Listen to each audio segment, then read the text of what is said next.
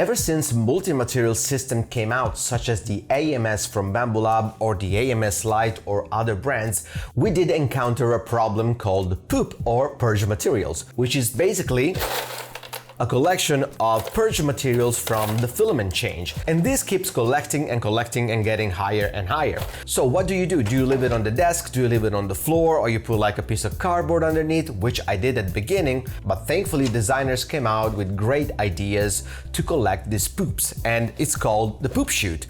And this is one of the versions that I had. I printed many, for example, this one for the A1, which is actually great because it holds the scraper as well, and it's pretty slick and small. As I was saying, I printed quite a few for my Bambu Lab P1S, and this model specifically is not bad. Actually, it's pretty big and contains a lot of poops, but it's a little flimsy and it does break, and it's not very practical because I have this P1S against the wall, and every time I have to empty this poop chute or this bin full of purge material, I have to move the P1S, take it out and empty it. But I found a solution, and also a slicker solution, a stronger solution, to print a different model, very slick looking and also very strong because I printed it with the Filament PET-G carbon fiber. This is the actual filament that I printed with. I'm going to show you the final print and how to assemble it and how easy it is to empty it. Welcome back to Spectrum Filaments. My name is Alessio and I'm going to show you right now how to print this model and how this filament works and how great it looks. So let's jump right into it.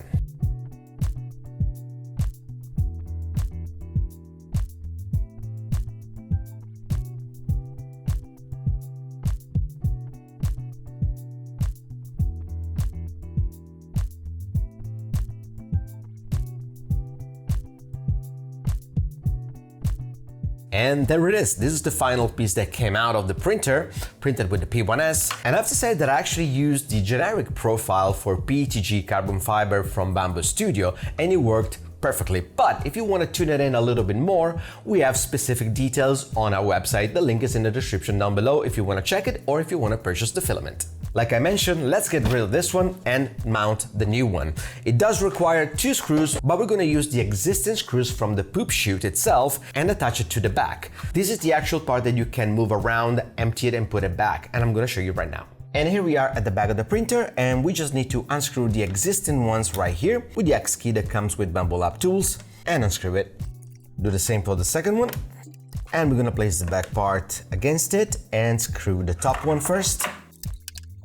And then we're going to screw the bottom one. Fortunately, there is a hole right here that allows you to put the actual X key inside without any troubles. And we're going to do that. It's a little tricky, but it's not too difficult.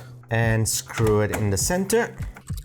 And we got it. Just a little advice, maybe we need longer screws because this one are really short and they may come off. So maybe 2-3 millimeters longer and it'll be fine. So after that, the back of the poop chute is attached. Now we're gonna turn this one around, and this is the front of the poop chute. And I just want to show you how cool this material really is.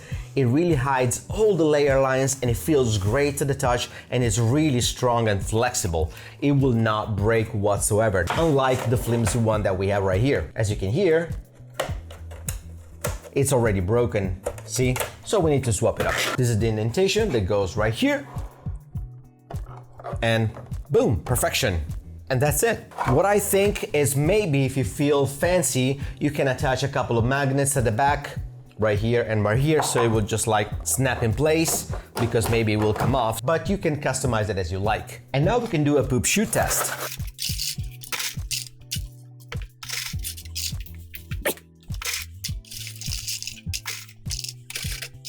And after that, once the bin is full, we can just remove it like that and empty it somewhere else.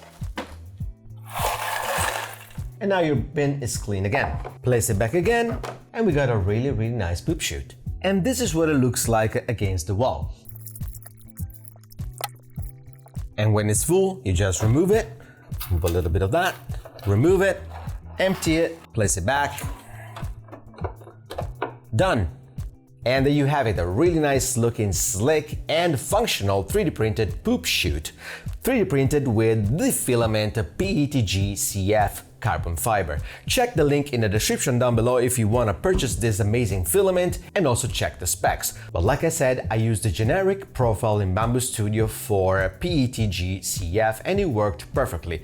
But if you want to tune it in a little bit more, I suggest you to check the specs on our website. And before I end the video, if you're curious to see how I built this camera rig for the Sony ZV-E10 and this smartphone holder printed with amazing filaments, I'm not gonna let you guess the materials because the links are in the description down below or in the cards for these two videos specifically. Thank you so much for watching. Again, my name is Alessio, this is Spectrum Filaments, and I'll see you very soon in the next video.